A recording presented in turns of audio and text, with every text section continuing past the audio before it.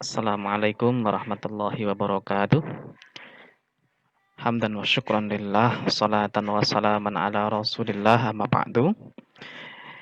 Anak-anakku sekalian yang semoga dirahmati Allah, Alhamdulillah pada kesempatan kali ini kita akan memasuki materi terakhir IPS terpadu sebelum kita memasuki penilaian akhir semester ganjil untuk tahun ajaran 2020-2021.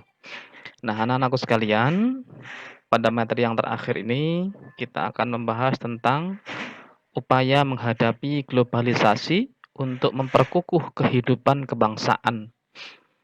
Nah, anak-anakku sekalian yang semoga dirahmati Allah, sebelum kita mulai untuk materi ini, sebelumnya mari sama-sama kita berdoa semoga kegiatan pembelajaran ini dipermudah oleh Allah Subhanahu wa taala. Bismillahirrahmanirrahim. Rabbi zidni ilma warzuqni fahma. Amin. Anak-anakku sekalian yang semoga dirahmati Allah. Adapun usaha-usaha yang kita lakukan agar mampu menghadapi globalisasi dengan baik adalah sebagai berikut. Yang pertama, peningkatan keimanan dan ketakwaan terhadap Tuhan Yang Maha Esa. Jadi perlu meningkatkan keimanan dan ketakwaan kepada Allah Subhanahu wa taala. Yang kedua, peningkatan penghayatan dan pengamalan Pancasila sebagai ideologi bangsa kita, maka kita harus menghayati dan mengamalkannya. Yang ketiga, peningkatan pengetahuan dan keterampilan bagi masyarakat. Tentu yang keempat adalah peningkatan pendidikan. Ini penting sekali agar kita mampu untuk bersaing di era globalisasi. Yang kelima, peningkatan kualitas produksi dalam negeri agar dapat bersaing. Agar bagaimana kualitas produk-produk yang ada di dalam negeri ini mampu bersaing pada era pasar bebas, era globalisasi, maka tentu harus meningkatkan kualitas produknya sehingga akan dipercaya dan dibeli oleh masyarakat-masyarakat di negara yang lain. Peningkatan penguasaan teknologi mutakhir. Ini tidak bisa dipungkiri ya. Penguasaan teknologi ini menjadi sangat penting sekali agar kita mampu bersaing di era globalisasi. Karena pada saat ini orang yang tidak mampu menguasai teknologi lambat laun, pelan tapi pasti akan tersingkir. Yang ketujuh, peningkatan kinerja dan etos kerja yang tinggi. Ya, jadi kita perlu bekerja keras dan memiliki etos kerja yang tinggi agar kita tetap mampu untuk bersaing pada era semua serba teknologi seperti ini. Ya, jadi tidak ada ruang bagi orang yang malas-malasan. Anak-anakku sekalian, pada saat ini bangsa Indonesia berada di tengah era globalisasi. Bangsa Indonesia berusaha mempersiapkan diri agar tidak ketinggalan dalam mempersiapkan diri pada persaingan di era globalisasi ini. Berikut ini beberapa sikap yang harus dilakukan untuk menentukan posisi bangsa Indonesia di era globalisasi, baik di bidang ekonomi, politik, sosial, budaya, dan hukum. Yang pertama, posisi bangsa Indonesia di bidang ekonomi misalnya, meningkatkan kemampuan dan kualitas bangsa untuk bersaing secara internasional. Ya. Jadi bangsa kita harus mampu bersaing di tingkat internasional dan ini harus kita tingkatkan, kemampuan-kemampuan harus kita miliki sehingga dipercaya oleh bangsa-bangsa lain yang ada di dunia ini. Yang kedua, meningkatkan mutu produksi di dalam negeri sehingga dapat bersaing di pasar bebas ya. Jadi produk-produk dari Indonesia ini agar bagaimana mampu bersaing di luar negeri pada persaingan pasar bebas maka harus ditingkatkan mutunya.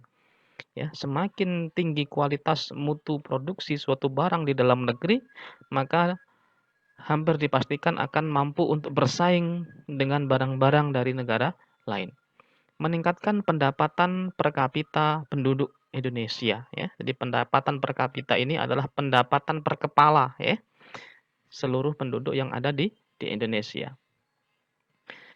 Posisi bangsa Indonesia di bidang politik misalnya menegakkan prinsip-prinsip demokrasi dengan baik ya. Jadi demokrasi ini adalah merupakan sebuah keniscayaan bagi bangsa Indonesia, maka kita harus tegakkan prinsip-prinsip demokrasi. Meningkatkan hubungan dan kerjasama internasional, karena sebuah bangsa, termasuk bangsa Indonesia, tidak akan mampu untuk hidup sendiri, tidak akan mampu untuk memenuhi kebutuhannya sendiri.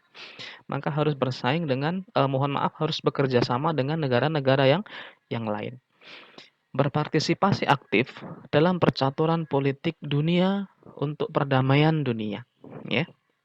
Maka Indonesia juga sering mengirim pasukan perdamaian ke beberapa negara ya di Afrika ya, dalam rangka untuk menjaga perdamaian dunia. Posisi bangsa Indonesia di bidang sosial budaya misalnya berpartisipasi dalam kegiatan sosial internasional ya, misalnya Palang Merah Indonesia ya atau PMI. Melaksanakan dan menegakkan hak asasi manusia ya, karena HAM ini dilindungi oleh negara bahkan juga negara-negara lain yang ada di dunia ini, maka ini harus dilaksanakan dan ditegakkan ya. Jadi jangan sampai kita demi kebebasan kemudian melanggar hak asasi manusia bagi orang lain. Mengadakan pertukaran pelajar antar negara dan ini terjadi ya, pelajar-pelajar Indonesia ya melakukan pertukaran pelajar ke Jepang, ke Malaysia, ke Singapura ya, ke Amerika, ke Inggris dan lain sebagainya. Posisi bangsa Indonesia di bidang hukum, misalnya mematuhi peraturan hukum dan perjanjian internasional ya. Ikut serta meratifikasi perjanjian hukum internasional, menghormati mahkamah internasional dan peradilan internasional ya. Nah, anak-anakku sekalian yang semoga dirahmati Allah, ini adalah materi terakhir kita pada kesempatan kali ini. Semoga anak-anakku semangat tetap ya selalu. Insya Allah kita akan segera melaksanakan penilaian akhir semester ya. Dipelajari semua materi-materi yang pernah Bapak berikan. Semoga bisa dipahami dan juga anak-anakku sekalian bisa sambil menambah referensi-referensi ya dari buku-buku yang lain ya, mungkin dari internet dan lain sebagainya untuk menambah wawasan pengetahuan. Semoga semua niat baik kita untuk belajar dipermudah oleh Allah dan wabah ini segera berakhir dan kita bisa segera belajar seperti biasa secara offline ya di kelas. Kurang lebihnya mohon maaf lahir dan batin. Billahi taufik wal hidayah. Wassalamualaikum warahmatullahi wabarakatuh.